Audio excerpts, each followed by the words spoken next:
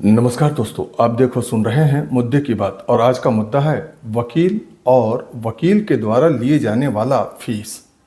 जी हाँ, एक वकील को कितनी फीस अपने क्लाइंट से लेनी चाहिए और क्या कोई वकील फीस की आड़ में अपने क्लाइंट से अवैध धन की मांग कर सकता है?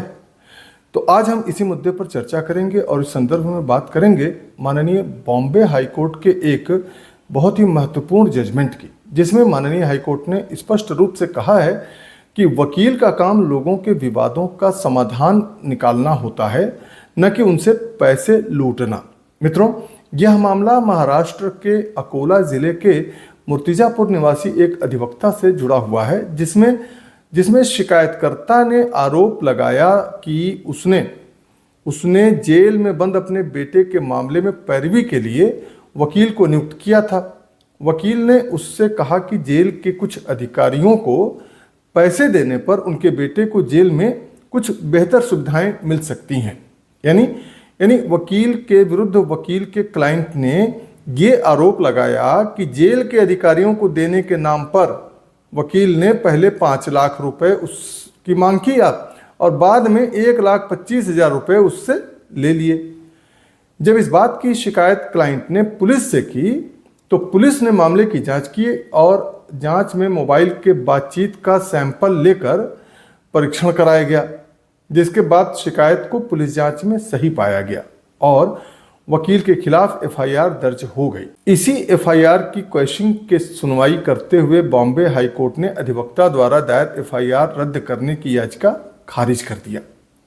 ऑनरेबल हाई कोर्ट ने कहा कि भले ही अधिवक्ता भ्रष्टाचार निवारण अधिनियम के तहत लोक सेवक की परिभाषा में नहीं आते हों, लेकिन उनसे बार काउंसिल ऑफ इंडिया के नियमों और पेशेवर नैतिकता का पालन करने की अपेक्षा तो की ही जाती है।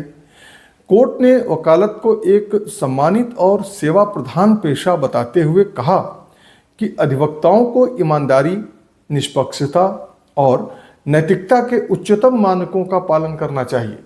वकील का मूल कार्य समाज में लोगों के विवादों का समाधान खोजने में मदद करना होता है और लोगों में यह विश्वास पैदा करना होता है कि वकील से सलाह लेने पर उनकी समस्याएं कम होंगी, न कि उनकी आर्थिक हानि होगी।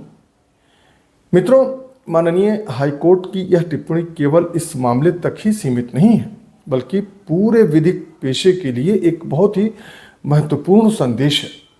इस मामले में कानून के मुताबिक हाईकोर्ट ने माना कि उपलब्ध साक्ष्य भ्रष्टाचार निवारण अधिनियम की कुछ धाराओं के तहत अपराध सिद्ध करने के लिए पर्याप्त नहीं है, लेकिन प्रथम दृष्टया यह मामला भ्रष्टाचार से संबंधित अपराध में सहायता करने वाली धारा के अंतर्गत विचारणीय है। माननीय हाईकोर्ट ने याचिकाकर्ता वकील का यह तर्क भी स्वीकार नहीं किया कि बाद में दोनों पक्षों के बीच समझौता हो गया है, इसलिए एफआईआर समाप्त कर दी जाए। मित्रों, माननीय बॉम्बे हाई कोर्ट का यह निर्णय हमें याद दिलाता है कि वकालत केवल आजीविका कमाने का साधन नहीं है, बल्कि एक बहुत ही महत्वपूर्ण सामाजिक दायित्व भी है। न्याय व्यवस्था की सफलता जनता के उस विश्वास पर निर्भर करती है कि एडवोकेट उनके हितों की रक्षा करेंगे और उन्हें सही कानूनी सलाह देंगे।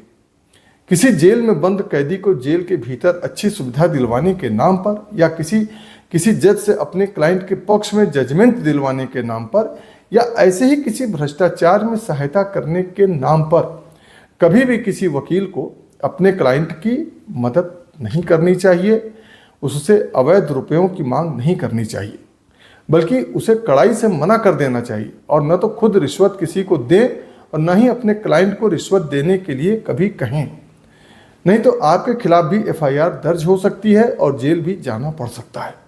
मित्रों, लालच बुरी बला है। पैसों के लालच में वकालत के पेशे की गरिमा को क्षति न पहुंचाएं और हमेशा अपने पेशे में सावधान रहें। कई क्लाइंट क्या होता है कि कभी कुछ इस तरह के भी हो सकते हैं जो खुद अपनी ओर से आपको कुछ विधि विरुद्ध कार्य करने के लिए प्रलोभन दें, लेकिन आपको कभी भी ऐसे क्लाइंट्स के लालच में आकर कोई गलत काम नहीं करना चाहिए, क्योंकि यदि इस पेशे में नैतिकता और ईमानदारी कमज़ोर पड़ती है तो न्याय व्यवस्था पर लोगों का भरोसा भी प्रभावित होता है, कम हो जाता है और गरिमा खत्म होने लगती है।